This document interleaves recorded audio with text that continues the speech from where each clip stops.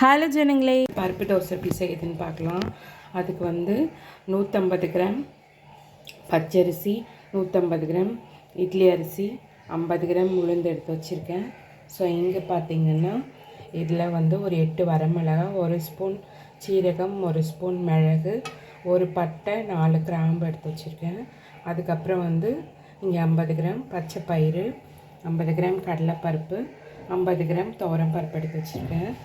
இப்போ இது எல்லாத்தையுமே நல்லா வாஷ் பண்ணிவிட்டு ஒரு 5-8 மணி நேரம் நல்லா ஊற வச்சு எடுத்துக்கோங்க. மிக்ஸி ஜார் எடுத்துகிட்டு அதில் கடலைப்பருப்பு ஆட் பண்ணிக்கிறேன், துவரம் பருப்பு,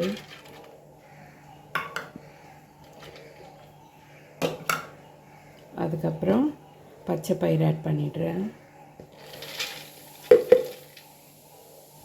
இதெல்லாம் நைஸாக அரைச்சி எடுத்துகிட்டு வந்துடலாம். அரைச்சாச்சு. நெக்ஸ்ட்டு பச்சரிசி புழுங்கரிசி ரெண்டும் ஒன்றா போட்டு அரைச்சிக்கலாம். கொஞ்சமாக தண்ணி ஊற்றி அரைங்க. இப்போ வரமிளகா, பட்டை, லவங்கம் அதெல்லாமே இது கூடயே சேர்த்து அரைச்சிக்கோங்க. அரிசி அரைச்சாச்சு. இதை பவுலுக்கு ட்ரான்ஸ்ஃபர் பண்ணிடலாம். இது கூடயே இதையும் ஊற்றிடலாம். நம்ம உளுந்து நல்லா நைஸாக அரைச்சி எடுத்துக்கோங்க. உளுந்து அரைச்சாச்சு. இப்போ ஆட் பண்ணிடலாம். மிக்ஸி கழுவுன தண்ணி இதோட ஆட் பண்ணிக்கோங்க. 4 ஸ்பூன் கல்லுப்பு ஆட் பண்ணிக்கோங்க. அப்புறம் ஒரு 1.5 டேபிள் ஸ்பூன் அளவு இஞ்சி பூண்டு பேஸ்ட் ஆட் பண்ணி நல்லா கரைச்சி எடுத்துக்கோங்க. இது கொஞ்சம் தண்ணி மாதிரி தான் இருக்கணும். இது கூடவே கொஞ்சமாக பெருங்காயம் ஆட் பண்ணிக்கிறேன். என்கிட்ட கட்டி பெருங்காயம் தான் அதை தூள் பண்ணி ஆட் பண்ணியிருக்கேன். ஸோ உங்கள்கிட்ட பவுடர் பெருங்காயம் இருந்தால் அது கூட ஆட் பண்ணிவிடுங்க. ஸோ அதை நல்லா மிக்ஸ் பண்ணிக்கோங்க. பாருங்கள், இந்த மாதிரி இருக்கணும். கொஞ்சம் தண்ணியாக தான் இருக்கணும், அப்போ தான் நல்லா வரும் உங்களுக்கு. இப்போ இதை நல்லா மிக்ஸ் பண்ணிவிட்டு வெளியில் வைக்காதீங்க, ஃப்ரிட்ஜில் வச்சுருங்க ஒரு 10 நிமிஷம்.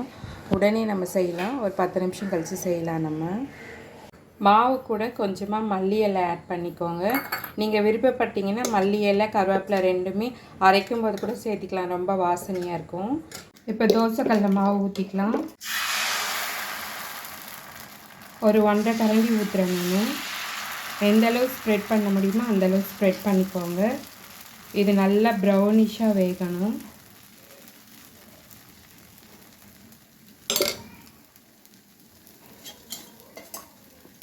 இப்போ ஆயில் ஊற்றிக்கோங்க.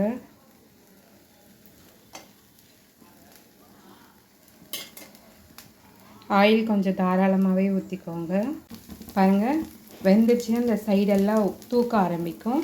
அப்போ நீங்கள் எடுத்துடலாம்.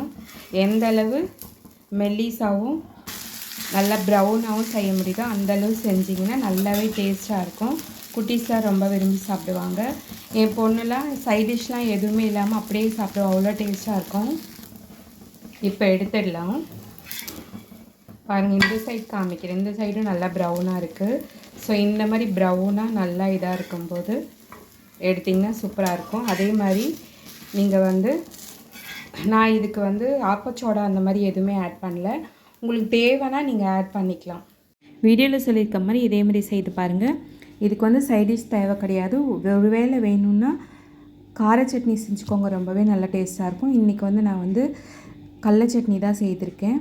பாருங்கள் எவ்வளோ சூப்பராக டேஸ்டியாக கிறிஸ்பியாக வந்திருக்குன்னு. இது உடனடியாக செய்யலாம், புளிக்க வைக்கணும்னு அவசியம் இல்லை. வீடியோ பிடிச்சிருந்தா லைக் பண்ணுங்கள், ஷேர் பண்ணிவிடுங்க, கமெண்ட் பண்ணிவிடுங்க.